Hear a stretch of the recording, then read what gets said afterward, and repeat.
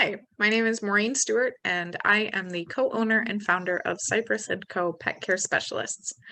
We offer a variety of pet care services, including dog walking and sitting for cats, dogs, bunnies, and other small animals directly from our clients' homes.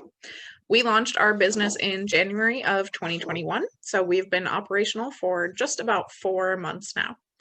And I am very excited to have this opportunity to speak to you a little bit about what it was like starting a new business during a pandemic. So, in a lot of ways, our planning of our new business was much the same as it would have been without a pandemic going on.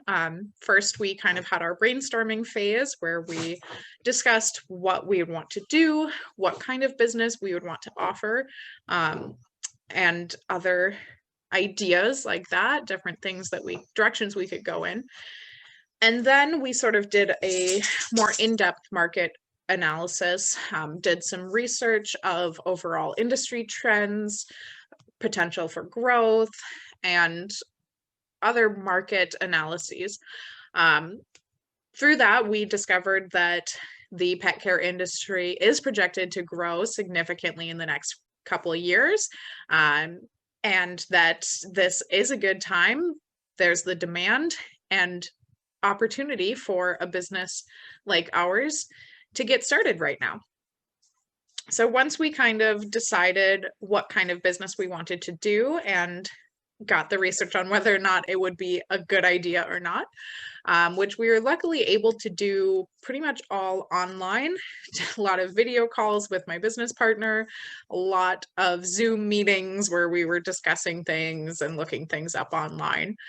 And then we were able to reach out to the Wisconsin Small Business Development Center and speak with Andy and Nikki, who were absolutely instrumental in helping us fine-tune our business plan, create financial projections, and really figure out our next steps. And of course, all of our meetings with them were virtual as well over Zoom, which in some ways was frustrating. Obviously we're all kind of sick of the video call at this point, but in a lot of ways it makes it a lot easier. I mean, it's a little easier to fit into a schedule than driving to meet someone somewhere.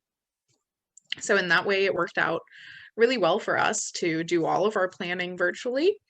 And again, it was such a big help to be able to actually speak with someone, even virtually, but to speak one-on-one with a business consultant that really just helped us get the confidence to actually go forward and launch our business. I would say the biggest hurdle we faced starting a new business during the pandemic was really just that a lot of government offices and banks and other businesses were and still are very short-staffed due to the pandemic, which made it pretty difficult at times to get a hold of people. Everybody was doing business over the phone, so the phone lines are always busy, lobbies were closed, emails were getting backed up. So we definitely ran into some delays in that regard. It took us a little bit longer than we expected to get a lot of our paperwork done, to get things set up with various departments and registrations and certificates and all of that stuff. It did delay our launch by about a month or so past where we had hoped to be.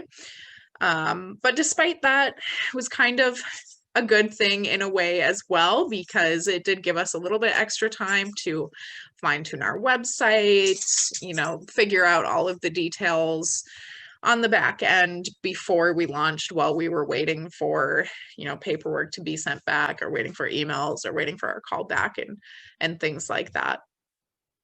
As far as extra steps that we took, in a way it was nice that we started our business during COVID, because we then didn't have to really change any of our policies or, overhaul the way that we had been doing things, because we could start out right from the beginning with COVID safe procedures built into our business plan. So, from the start, we could say, okay, we're going to be wearing masks when we meet clients.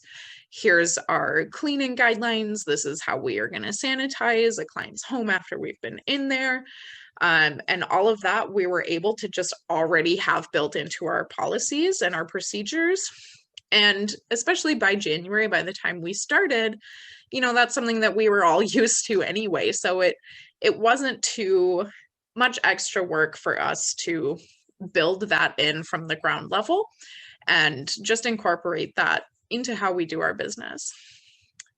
As far as advice for anyone who is considering starting a new business or thinking about becoming an entrepreneur, I would say, even though the COVID-19 pandemic has definitely made things unpredictable, I wouldn't let that scare you away from starting a new business venture. Yes, it's unpredictable, but starting a new business is always unpredictable. There are always going to be things that you can't plan for, things you didn't see coming, unexpected expenses or events or problems that you're going to run into. And one of the really most important things about starting a business is being flexible with that, being able to roll with the punches. Push your deadlines out, push your launch date, just figure it out, roll with it, and you're going to be fine. There's still demand out there. People still need businesses, they still need services, they still need goods. So it is still possible to start a brand new business right now, even though things might be a little slower, they might be a little more difficult in some ways. It might be not exactly what you expected, but it's still very doable. And my final piece of advice would be for anyone who's thinking about starting a new business is to pick something that you are passionate about.